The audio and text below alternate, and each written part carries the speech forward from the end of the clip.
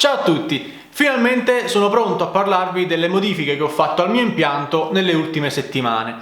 Come saprete ho deciso di passare all'alimentazione elettrica e questo mi ha portato a stravolgere completamente il mio impianto a partire dalla struttura.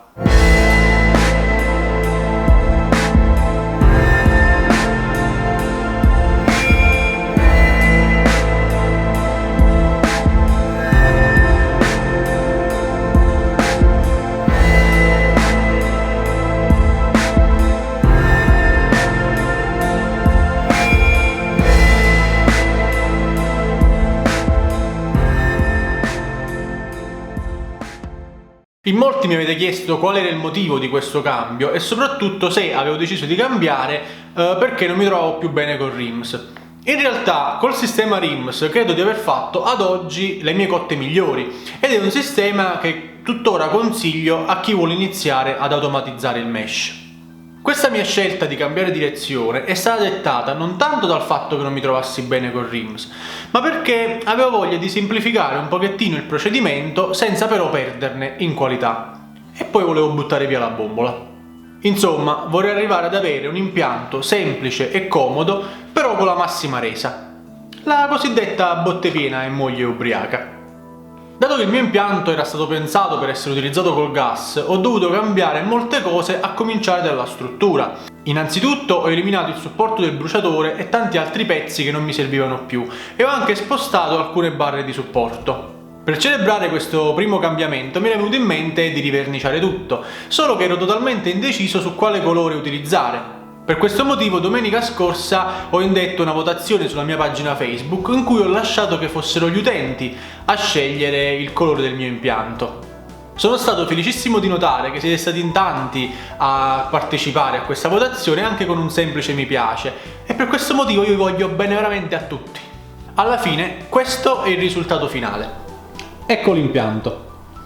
Allora, i pannelli sono stati riverniciati con un impregnante color ebano e la struttura, i tubolari sono stati verniciati a pennello con una vernice acrilica color arancio, come si può ben vedere. Ho inserito questa pulsantiera,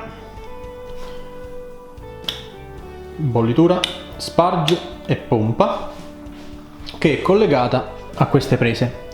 Manca soltanto l'uscita dell'alimentazione. Per quanto riguarda la pentola di sparge, l'ho forata con una fresa da circa 32 mm e ci ho inserito la resistenza che ho riciclato dal RIMS. Eccola là. Per la pentola di bollitura ho utilizzato un rotolo di alluminio, di quelli che si usano per i termosifoni, e l'ho nastrato sulle pareti della pentola con il nastro di alluminio. È sicuramente più bello di quella schifezza incredibile. Vedremo nelle prossime settimane come si comporterà. La pentola di bollitura l'ho bucata con una fresa da 42 mm e ho inserito una resistenza riscaldante prodotta da Gandolfi da 2500 watt. Siamo arrivati finalmente al mesh e al problema relativo al suo controllo. Dovevo decidere se continuare con RIMS oppure controllarlo in altro modo. In molti mi avete commentato straconvinti che sarei passato all'ERMS e non vi nascondo che il pensiero mi è passato per la testa, ma solo per qualche microsecondo. Negli ultimi anni mi sono divertito come un bambino a programmare, cablare e configurare qualsiasi tipo di controller per mesh, partendo dai miei progetti con Arduino, passando per EasyBrew e arrivando a OpenHardware. E quindi l'ERMS sarebbe stata in qualche modo un'evoluzione più che naturale. I problemi che mi si presentavano all'orizzonte erano essenzialmente due. Innanzitutto, a prescindere dal sistema usato, avrei avuto quasi sicuramente problemi col contatore, perché durante il mesh si accende anche la resistenza di sparge e questo mi avrebbe portato al limite della potenza a disposizione. Inoltre, un altro problema che non mi sono mai posto in questi mesi è quello della comodità. Ogni nuovo aggeggio che inserivo nel mio impianto diventava inevitabilmente una cosa in più da montare all'inizio della cotta e soprattutto una cosa in più da lavare alla fine della cotta. Dato che negli ultimi mesi sto facendo cotte sempre più ravvicinate tra loro, vi renderete conto che montare tutto ogni volta era diventata una cosa alienante. Per questo motivo, dopo qualche ragionamento, ho deciso di non controllarlo affatto il mesh. Mi si presentava quindi il problema di come fare per mantenere stabile la temperatura senza controllarla, e la risposta mi è arrivata guardandomi indietro. Dovete sapere che quando ero un birrificatore novello, quando non avevo letto ancora nessun libro sulla birra, imparai i fondamenti dell'homebrewing grazie ai video di un certo Joe Polvino, un homebrewer statunitense che tanti anni fa pubblicò una serie di video tutorial su come fare birra a partire dai grani. Questa persona, inconsapevolmente, è diventata il mio mentore ed è proprio grazie a quei video che io oggi sono qui. Joe, come ogni homebrewer americano che si rispetti, utilizza per il mash il cosiddetto picnic cooler, ovvero un thermos coibentato da campeggio. Nelle ultime settimane ho rivisto spesso i suoi video e alla fine, dopo aver fatto una testa tanta a molti amici casalingo brassicoli come Francesco di Brewing Bed, Vincenzo De Southern, Leonardo e tanti altri, alla fine ho deciso di tornare alla preistoria. Ho acquistato una ghiacciaia coibentata da 54 litri a cui ho sostituito il rubinetto di scarico con una valvola a sfera a cui collegherò per il momento un filtro bazooka. Ecco qui, questo è l'impianto completo.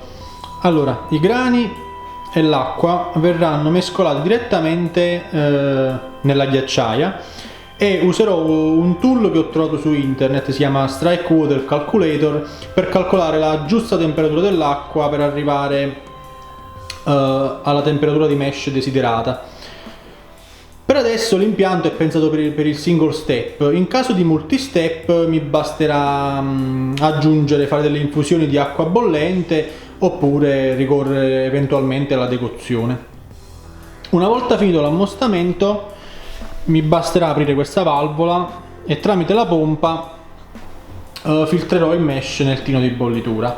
Per fare sparge mi basterà aprire questa valvola qui. Con queste modifiche i miei sogni di minimizzazione sono in parte realizzati.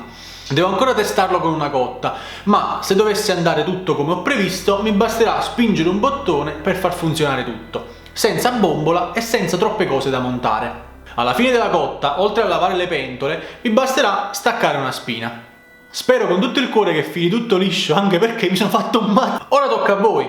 Cosa ne pensate? Vi è piaciuta questa mia ennesima trasformazione? Lasciatemi un sacco di commenti. Al più presto io cercherò di organizzare una videocotta per farvi vedere l'impianto all'opera. Ciao a tutti!